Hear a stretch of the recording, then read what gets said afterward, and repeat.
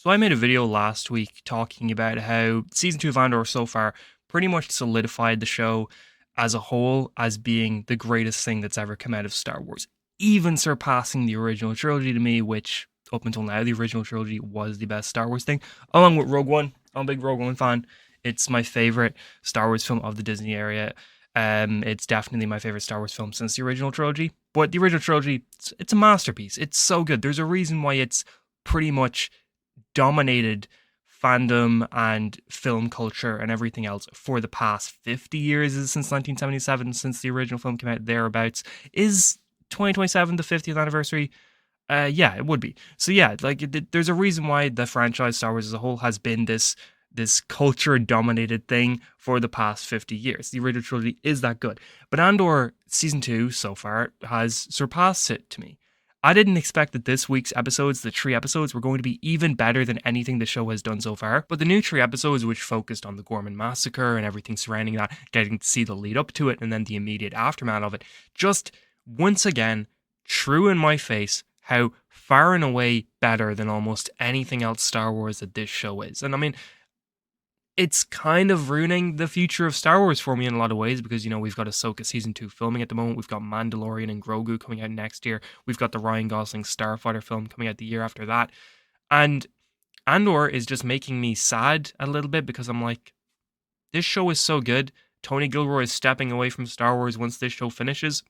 It's disappointing to me that the quality that we're seeing in Andor probably won't be continued in the future of Star Wars in a lot of ways. But I loved how this act was played out because the first two arcs of Star Wars Andor season 2 so far were very much like a 3 act structure of like a film where it was like, we have the first act, the second act, then the third act is like the thing where the big stuff starts to happen. The first and second acts are kind of building up to that. Similar thing happened in arc 2 where it was, we had a lot of the Gorman stuff laid and the seeds laid about how they're going to start stepping into to actually actively doing some dangerous things to take care of the Empire. And then in episode 3 was when a lot of this stuff started to unfold and we started to see a lot of the action focused parts of the story. But arc 3 was very different to a traditional 3 act film structure. We had the first act, which was very much building up everything. We ended the episode with the idea that the Gorman Massacre was happening the following day. And episode 2 was that Gorman Massacre. It was 45 minutes set completely on Gorman. We did not leave to go to Mon Mothma or to Luthen or to any of the other players or the characters. Everyone who was on Gorman at that moment, those were the only characters we were following for that episode.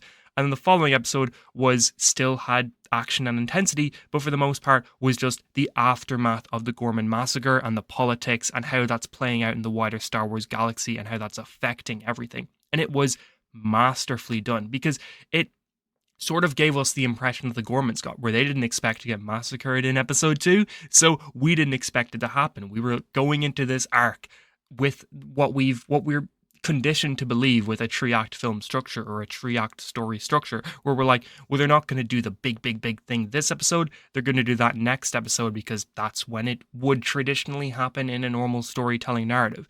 But no, we're caught off guard just like the Gormans are, and the whole thing happens and unfolds and is terrifying and tragic and horrible. And we're seeing the real veracity and the danger that the Empire is throwing in the direction of the cultures that they deem unworthy, or the cultures that they deem just a something to wipe out so that they can move on to the next part of their plan. Like, I don't know, the dialogue, seeing Syril. Syril is a character that in this arc was just really, really, really well handled. We're getting little hints about what has happened over the past year. We get hints about how the Gorman front has learned that Syril was actually an ISB plant and that he wasn't actually joining the Gorman front for any purpose of actually helping them. He was joining them so that he could report to his superiors about what they were and how dangerous they were and stuff like that.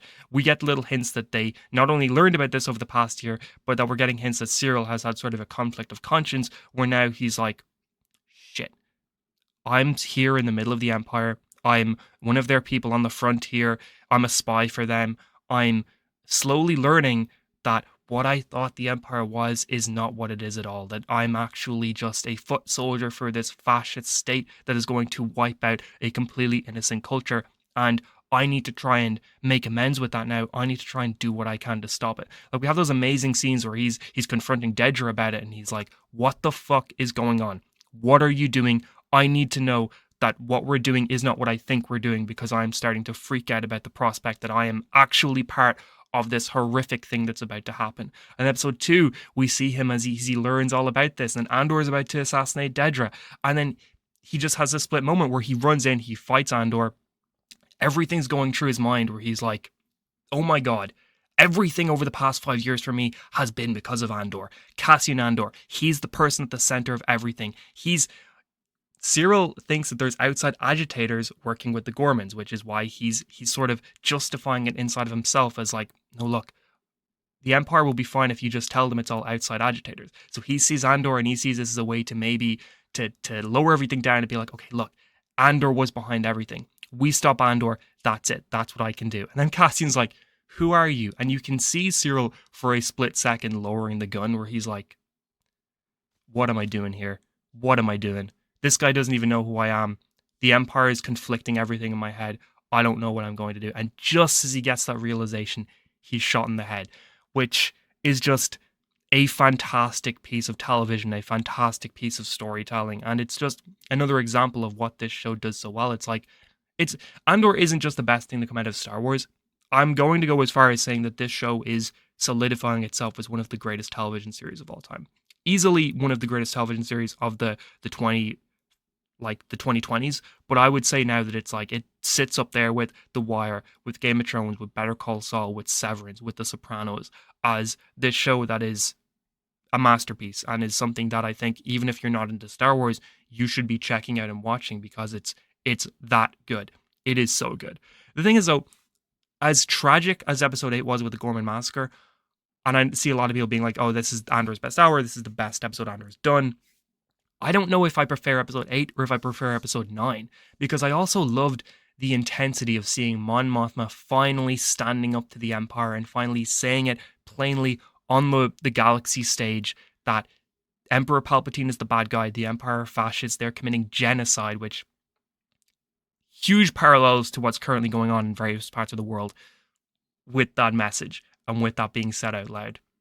You can make so many parallels to certain countries that are doing that exact same thing right now. And a big part of this arc as well was about the false media narrative that the winners are pushing, you know?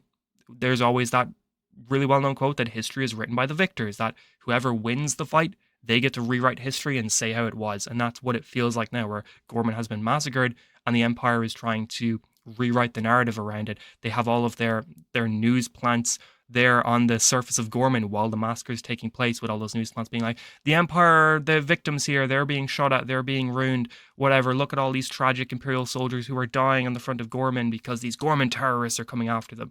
You know, this big false narrative surrounding everything that you can really, really, really place and paint on top of current day things that are going on in the real world, which is another example of Andor just being masterful, is how that they are really doing what the original trilogy did and taking real world events and real world things and real world topics and showcasing why it works inside of the Star Wars universe as well, which I also think this makes it more digestible for people who are like, maybe people who don't want to really pay attention to what's currently going on in the real world and to real world topics and what wars are going on and what genocides are currently taking place in the real world. Star Wars is making it easy for them now to maybe look at real world events in a different light of being like, wow, this really is like the Gormans, which, I mean, I know it's stupid saying that you're taking fictional characters, you're taking a fictional world, and you're looking at real world events differently because of that. But I think people who might not like to pay attention to real world events may see Andor as a way now to look at real world events differently, which just shows why this series is above and beyond what we can expect from Star Wars as a whole, where it's really challenging what people might think about life and about real things and about real people, which I think is something that television and film can do in ways that a lot of other things can't, where it can be this accessible way of really challenging what you believe about yourself and what you believe about the world around you. and what you see to be true and what you see to not be true. And that was another big thing about these episodes was truth. Truth was brought up a lot about, truth is not what it may seem, that the Empire is taking their truth and they're bending it and they're completely changing the definition of truth because now it's just lies upon lies upon lies upon lies. Seeing Andor take Mon Mothma out of there, the first time in this entire show that we see Andor and Mon Mothma meet is in this whole sequence, which is fantastic, and it's just so good. It's so good. A lot of stuff with Yavin in these couple episodes as well, which maybe me personally, I was a little disappointed that we did not see the real build up of Navin, that we didn't, or Navan is a place in Ireland, is a town that I'm in quite often. That's why I said Navan there instead of Yavin. But Navan, Yavin, that's crazy. I never realized how similar they sound. But Yavin, like seeing that get built up was something I maybe would have liked to have seen more. And if we had the original 5-season plan, we definitely would have seen that. Just one of the casualties of the fact that we're not getting our full 5 seasons and everything's being pushed down and rushed to get across the line. But maybe I would like to see that, but I think what they handled here and what they did with it was really, really, really good and really well done in a lot of ways. But yeah, Andor Season 2 continues to just, not surprise because I kind of expect it to be great, but continues to be a show that I'm a little bit bewildered at the fact that this is allowed to be made today. That a show with this much to say and this many real serious topics to approach and to judge and to put its viewpoint across is allowed to happen in today's era of like Disney Plus shows and stuff like that. Because yeah, this is the best thing Disney Plus has ever made. This is the most adult thing Disney Plus has ever made.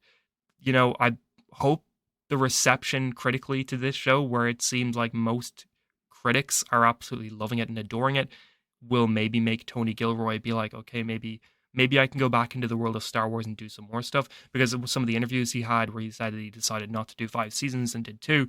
One of them was like age. He didn't want to do this for the next few years. But another thing was that he said during season 1, they were making it during COVID. And he thought the show was going to turn out shit, that he was like, nobody's going to watch this. It's going to be terrible. No one's going to like it. Maybe now seeing that a lot of people are considering this some of the greatest television of all time will maybe make him go, okay, I have what it takes to make more of this. I would love to see that. But yeah, Star Wars Andor, how did you feel about the new episodes? Are you liking them?